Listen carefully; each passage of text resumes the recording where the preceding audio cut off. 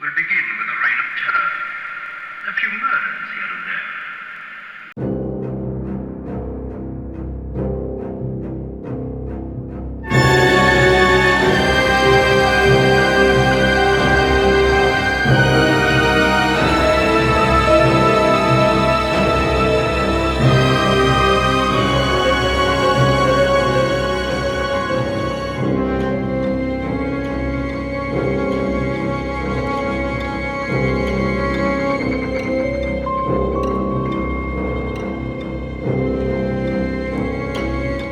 Even the moon's frightened of me, frightened to death. The whole world.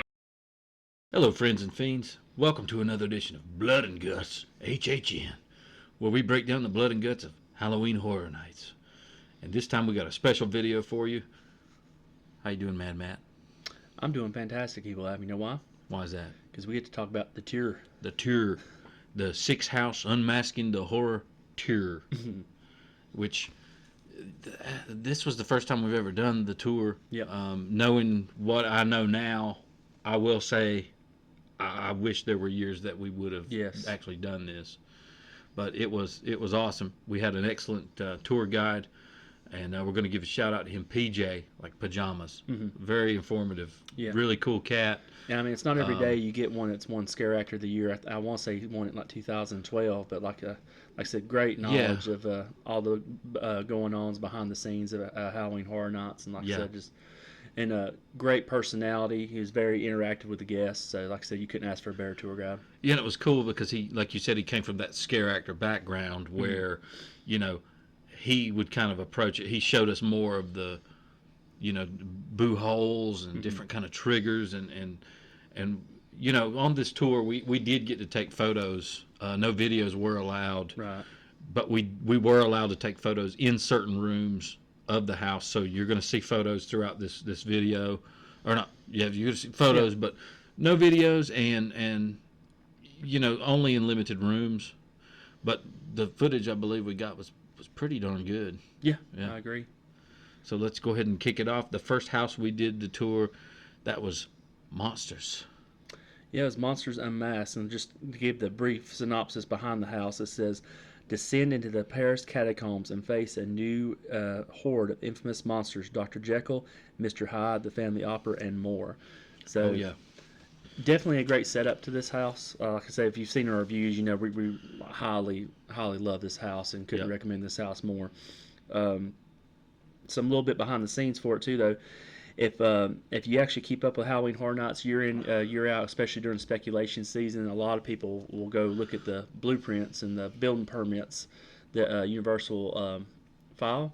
yep. And They try to solve what house it's going to be Right. by the name. So that Universal's gotten crafty, and they've started really hiding the names in the permit. You know, whereas instead of back in the day, I used to know these examples, and I can't think of it now. But well, I know, like they said that one year they thought they were being really funny when they had the Poltergeist house. They named it Coach. yeah, And everybody knew. picked up what it was. So Yeah, now Craig they're getting Nelson's on really that. cheeky with it. So Yeah, this year was fruits and vegetables, and so the code name for this house was Blackberry. And honestly, I don't know how it really goes with the Blackberry on this one. he So, told us, and I was too involved in looking and taking photos to really. yeah, he did. I know he wasn't really digging their reasoning for it too, though. That's part of the Yeah. reason why I cannot really remember it. But some of these code names, as we go along, some of them make good sense, some of them not really. Right. But like Evil Adam said, this is just to throw you off the scent, so that you really have to dot your I's and cross your T's if you're going to figure out what house is coming out. And with this Monsters house, I remember the night before when we went into the actual house. I remember when we walked in, seeing the inside facade, the bridge, the moon, the constable on the bridge, and being blown away by this facade and how beautiful it was in the dark. Right. And I knew in my mind, just for a second, I went, this is going to be awesome with the lights on. And it was so well done. I mean, they had little bits of newspaper lining where the street was supposed to be, the stones, the lamp posts, everything you see in the photos is just every little teeny tiny detail. Wine bottles, Mm-hmm. you know. Now, like you said, that this is what's great about this episode. You can actually talk like about the attention to detail that goes into these houses. So you mentioned that facade. You really feel like you're on the outskirts of Paris, like of the city. And like I said, just leaving out the scare actors, just when you go in there and you see that facade and what you're going to walk under, if the lights are turned down low and everything's properly lit like it is that night, you really do feel like you're in Paris. Oh, and it's got the fog rolling yes. into, and it's just beautiful. And then you kind of transition into this hallway to the left, and that's where you're pretty much under the sewers at this point. And if you look up, there's a sewer grate, Right. and there's a dead corpse on the stairs that would lead up to the upper street level. There's some gunpowder kegs that are about to go off. There's several different kinds of little set pieces in this room. The catacombs. The catacombs, yeah. So you're entering into the catacombs. There's also a great mirror scare in here that he showed us. Yes. Where it got everybody really good right at the opening. But yeah, just such gorgeous opening sets, you know. And then you have the extra read all about it. Yeah, and it was really only the second time, and then going through the tour as well, of our run through where I actually picked up that the little extra crier boy is actually telling you the killer that you're about to see. So you know, he says, you know, face slashing killer, you know, something along those lines. Like foreshadowing what you're getting to go see. Exactly. But no, they do a great job, like I said. And then once you get past those catacombs and you're actually getting to the opera house. Yeah. One of the greatest things is this year they talk about. I can't remember the company that supplies them with the smells. Froggy Fog. Froggy Fog. Thank you. This was the first year they said that they perfected the flower smell. Yeah, they had the roses. Oh man, it smelled like roses. Yeah, exactly. Like I said, they weren't lying, because to a T, I remember that first night when I went through that first walkthrough. Like, obviously I knew it was supposed to be an opera house, but what it really reminded me of was a funeral parlor. Yeah, it did me too. Flowers and stuff. And I used to work for a greenhouse way back in the day, and I remember the smell of fresh, wet roses. And this is kind of, it caught me. I was like, man, this does smell like a funeral parlor, you know. Yeah, so that in itself is fantastic. Now, obviously, we didn't get to see any of the scare actors while we were in the house, but obviously, whenever you see everything on the effects going, you see the Phantom. One thing from my pick and Nick's as far as Phantom goes, we were actually just talking about this a little bit earlier, is how we wish it wasn't the flesh mask. I wish it had been the regular mask from all the old stories. Yeah. And then see, like, you know, the Red Death mask would have been awesome. Yeah, and they could have done a callback to several different masks if they really, really wanted to. I mean, from the film with Claude Rains as well. Yep. But you know, the opera house itself, although I feel like it did go on for just a little bit too long, they could have cut one or two of those scenes. Seeing it with the lights on was really beautiful.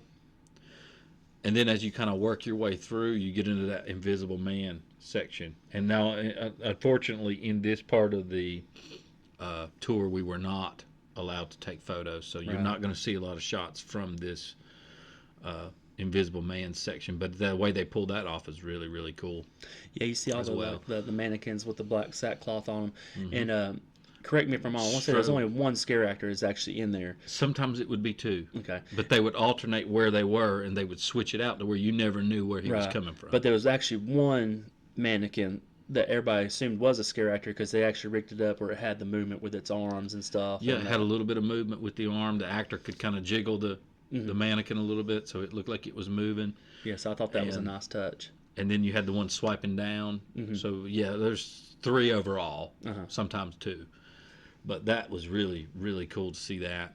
And then you kind of work your way on through into the section with Mr. Hyde into the streets, and you're going to see a lot of the cool pictures we took here. Just this part was my favorite part of the whole house.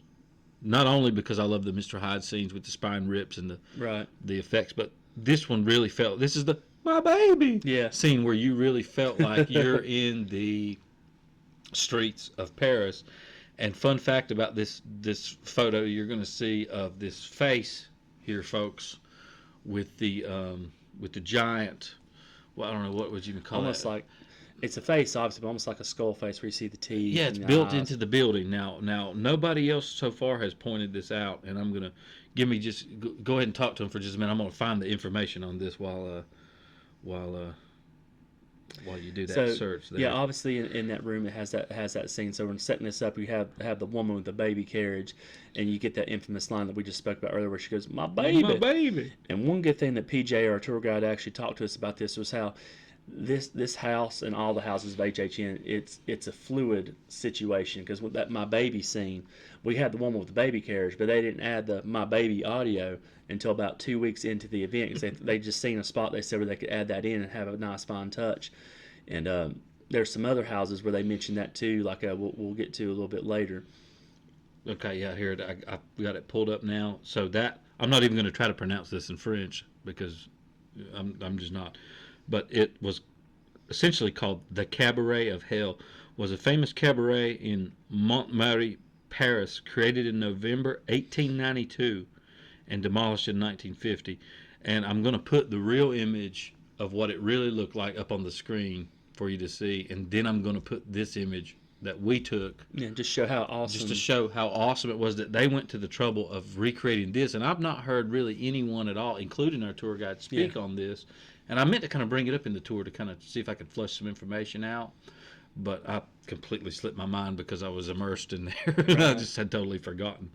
But yeah, you had that, and that's the scene where Hyde runs out. Yeah. Initially, at first, when he's got the green venom coming out of his mouth, and it's just Well, I know then you go into that next room. dead horse on the ground as well. Yeah. Which I didn't even see the dead horse on the ground the first night. The first night, I didn't see the dead horse. I was so enthralled with the sets and Hyde.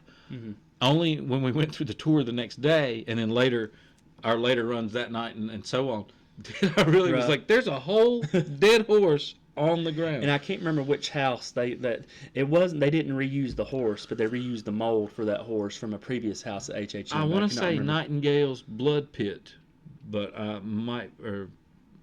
believe it was. If you recognize that horse, I believe it was blood Fright pit, fans, but let I us know in can't the quite comments. remember. Yeah, like I said, let us know in the comments, Fright fans, if you know which house that one come from. Like I said, it's just great to how they can reuse and mix and match and put stuff in these houses. Yeah. But like I said, when you go in that next room, High comes at you fierce from around the corner that time. He does, and then you go into the little part where he is doing the spine rip. Yes. Which I love that part. Me too. So much. Being able to see that, and honestly, our tour guide thought that they'd taken it out of the house because one of the dummies had been moved. And I don't know if maybe they were repairing it, but later that night when we went on our run, boom, it was right back there for the spine rip. That's what he did say. He said that he thought that the spine was being repaired because where the actor was viciously pulling the spine out all night long, that the prosthetic had, of course, broken or something. But Yeah. But then moving right along with this house, once you get to the scene with the with Quasimodo, the Hunchback, and that bell tower. Yep. Oh my gosh, just like the amount of detail that went into this, and seeing the cathedral where he's ringing the bell. And one thing, tour guide, he actually talked about how they wanted to extend it up more to just give you a sense. Yeah, it was huge. Of how big it was. I mean, because when you're in, sorry to cut you off. No, but you're fine. when you're walking through the house, you can stop and take a quick glance, but you can't stop like we did for 15 whole minutes in the room. And you look up and you go, Jesus Christ, I don't remember how tall he said it was, 24 feet, something like that. 24 feet or maybe more, give or take. But this thing, they wanted to go up more, which would have put it at 30, 40 feet tall, and it really looked. I mean, it was big already, and you're looking up, you're going, holy shit, look at that up there. And, and it's like you're in the cathedral. And he done a great job explaining it, because the actor that actually plays the Hunchback is one of their, he said like they're A actors? He's an A actor, yeah. An A actor, which means Booze and Ghouls, is they're only on 15 minutes at a time, because he's in this harness. It's very physically demanding, yes. Right, it's physically demanding, so they have to switch those characters out. He said a typical scare actor is usually like 45 on, 45 off. And so the ones that do the rigorous activities, they're obviously not going to be performing as much. So there may be a lot of times when you're making your runs and you don't see him up at the bell tower because they're switching out. But if you did get to see him up there and then see him perform that stunt where he's falling down on you, amazing work. Yeah, that was, and what they say, it took like was it one person or two people to help him get into the rigging? It's at least one, like you said. And, at least one, yeah. maybe two to help him get into the rigging, make sure that it was secure. That was the first step. Mm-hmm. And then, because obviously they're not going to put him in the bungee and have him lean forward and something breaks and fall right down on you. But that was a great scene, which leads you into the kind of the other scene right after, which, has the characters kind of reappear, they kind of reemerge a little bit, and then they all kind of converge on you at the end. Mm-hmm. So you get that Invisible Man, you get the Phantom, mm-hmm. you get the Quasimodo, you get the Hyde, and that part is really cool because it's almost like you're going through the catacombs, then you get to the opera house, and you go back through the catacombs in the dark is where the Invisible Man, he's hiding out there. Of course he would be. Then you kind of come through the streets of Paris, back through the catacombs, and you kind of work your way ending in the catacombs where they get you with that triple scare there at the end, which was just awesome. Yeah. It was like a hot knife through butter.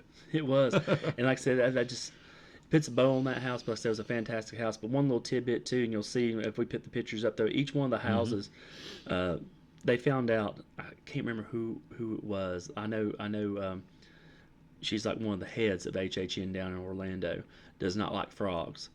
So I can't remember if it was Laura Saul or one of those other ones. Yeah, it might exactly. be. But to basically get her goat in every house, they place frogs in specific parts of the houses, just hoping people catch them. But that's a unifying theme for each house. There'll be a little frog placed somewhere. So if you've seen that and you noticed it, it was done for a reason. And we get through some of the houses, you'll see they actually start dressing them up in like little funny outfits, putting and little stuff. hats and costumes on them. Yeah. So that's great. So, like I said, that wraps up. Do you got any final words that you want to speak to as far as Monsters Unmasked goes? No. It's beautiful. Mm-hmm. It's just like, it's beautiful. It was just that for me. I was like, I wish that we could have taken photos in every room. Yeah. I know we couldn't, but oh man, it was so gorgeous. One photo that comes to mind that I didn't speak to that I'm thinking of now that I'll use to wrap up with, hopefully they're foreshadowing for next year, because they actually had a poster up speaking to the creature of the Black Lagoon. Oh yeah. And they also had some other ones too, almost science fiction type, but most of it was creatures. So we're hoping that's foreshadowing the Monsters House coming up in HHN 33, and I know if it is, we'll be in for a treat. Booze and ghouls. I'm not gonna get my hopes up. Yeah. But I'm also not, not, Yeah. If that makes sense. So that already begins the speculation for next year. Speculation. So let us know in the comments. Would you be down for a Creature of the Black Lagoon house? I know we would be. Yeah. And so the next house, yeah. Continuing the tier. The tier. And our inside joke about that, folks, is of course from the movie They Live with Buck Flowers. Legendary Buck Flowers. John Carpenter. I got a few friends in town. You mind if I give them the grand tour? So that's where that comes from.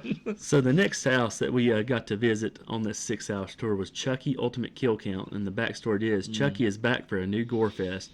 He's hijacked his haunted house with lots of bloody hijinks, tried to survive his ultimate kill count. Sure has. So for this one, doing the research, and I don't believe PJ actually gave us a code name for this one. I'm assuming it's because they announced it on Halloween night back in 2022. So we knew. Either that or because it was thrown together. Sorry, I had something in my throat there. But yeah, so the next house we did go into was Chucky. And yeah, I'm just going from Monsters, which was so beautiful. Victorian era furniture and dressings and set dressings into Chucky, where I felt like they took blue paint and red paint and yellow paint and just kind of splashed the walls with it, in little patterns.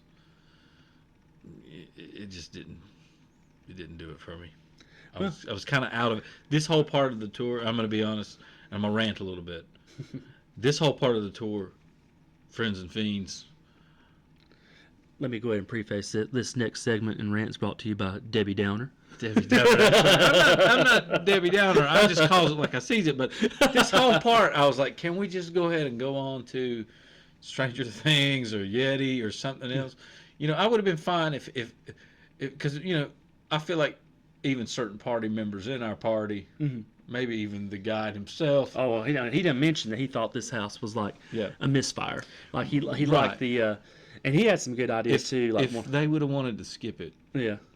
I would have been fine with it. Well, see, not me now. If I pay for something, I want to get every bit. Which now, me, there's things in here I could appreciate, And but he's the like, one that would have ruined the yeah.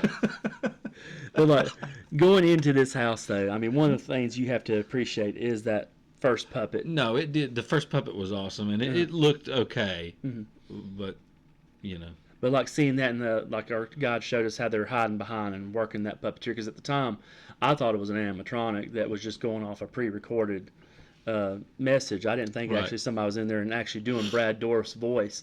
So that was actually pretty cool in finding that out. So the next time we done our run that night, I made sure to look at that puppet, and sure enough, he looked at me eye to eye with it and just followed me as I moved along and just talking smack to me throughout. So that was awesome. That was pretty cool. Yeah. And I did like the one scene in the house that had where the bodies had been all kind of put together Yeah. half-heartedly, you know. Right. Like, where it's doing a callback to Child's Play too. yeah. Yeah, that's one good thing I liked about this house, and actually going through doing the tours, seeing those references and getting the stops. So like we've seen the bathtub with Tiffany and that from Bride The of classic Chucky. kills, yeah. Yeah. And that was okay. But even then, I mean, going from, and just, like I said, this is just me, this is just a little tiny rant, but going from something as beautiful as Monsters to this was just like, you know. Well, for me, like I said, I enjoyed it, but now seeing what Hollywood got makes me jealous because their Chucky house was a whole lot better, their whole lot Chucky better house than the was great, Orlando one. But then continuing on with this one good thing too about this one, I can't remember what year it was, how long it's been. I want to say 2019, where there's actually a self-activated button that the guests, when they're going through the house, could actually activate. Yeah. Yeah, guest activated trigger. And, yeah, they had that. That was you did hit that the second night after, you know. And what that would do, Booze and Ghouls, is they actually had a fireplace, and when you hit that, it would set off a fog effect. It would completely fog up the room, which honestly would help with the effects and all that good stuff. But like with this one, like I said, there was some hits and misses like throughout the house, and you'll see in our pictures. There's plenty of Chucky dolls throughout the house.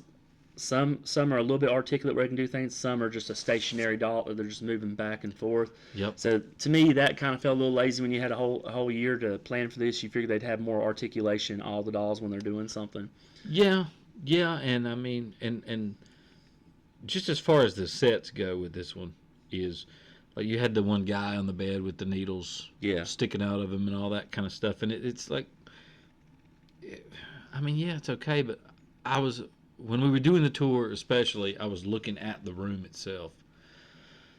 And as far as sets go, it's like, oh, here's a room, they've painted it blue, they've brought in an old bed, and they've put a dummy on it and put some fake needles in it. You know, there wasn't a lot going on with the room as far as details go. Now, you walk into a room in Monsters and you've got chandeliers, you've got all the furniture and stuff. For that one, now I understand why you'd see that one more. That one was actually a callback to the show where they're in a hospital room, so there wasn't really a lot to dress with that one. But there were other rooms. There were other rooms though where I totally agree with you, where they just slap a picture of Chucky on the wall. Yeah, like that. And like I said, to me that felt lazy. That was a little lazy. And so definitely, like I said, I see that there was a couple.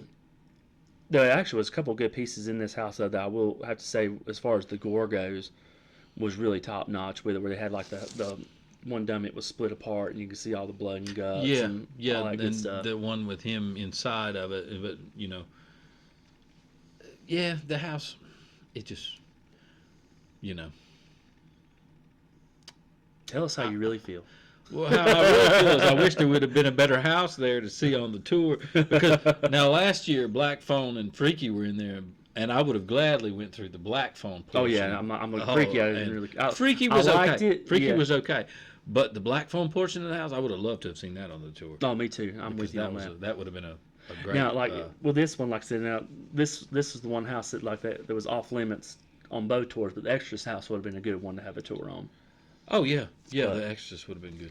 Continuing on, then, like I said, this house here, like I mean, you hit honestly with it how when you go through monsters and go through this, like the details weren't up to snuff as far as It's like looking at a Picasso and then looking at something that a fourth grader did, and right and you're with like, Cheerios. and you're like, I'm supposed to really be happy, but We'll put that on the fridge. yeah, we'll put that one up there.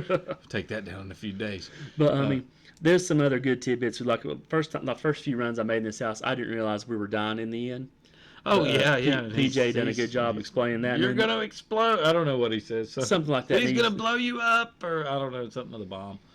But honestly, there's not much more to say about this house other than like it has good callbacks to the other films. So if you are a Chucky fan, there is going to be some stuff in here you can appreciate. Yeah. From the shows, it's got good callbacks to the shows. One of my favorite things was seeing John Ritter's face, even though he's all mangled up with the nails. I miss John Ritter, so seeing his picture in there, I was like, that's a nice touch to have him in there. But as far as, like I said, all the other houses on the tour, this is definitely the bottom of the list. This is the bottom of the list of the tour, and the photos will prove that for sure coming up. But let us know in the comments, what did you think about the Chucky house? Did you enjoy it? Could you rip it a new one as well? Like I said, just let us know in the comments because we'd love to hear from you. And so what we're going to do, Friends and Fiends, is we're going to do 2 parts of each segment for this tour. So this was the first 2 houses, and we're going to continue on the tour in the upcoming video. So stay tuned for the tour part 2. So make sure you subscribe to the channel and hit that notification bell. That way when the next episode drops, you can pull it right up and give it a gander. That's right. And, obviously there is spoilers, but it's over, so yeah, doesn't really matter. It doesn't matter now. Doesn't matter now. But, so stay tuned, and we're going to go ahead and go through the next 2 houses on the Unmasking, the horror tour. Stay spooky, Friends and Fiends, and please don't forget about blood and guts.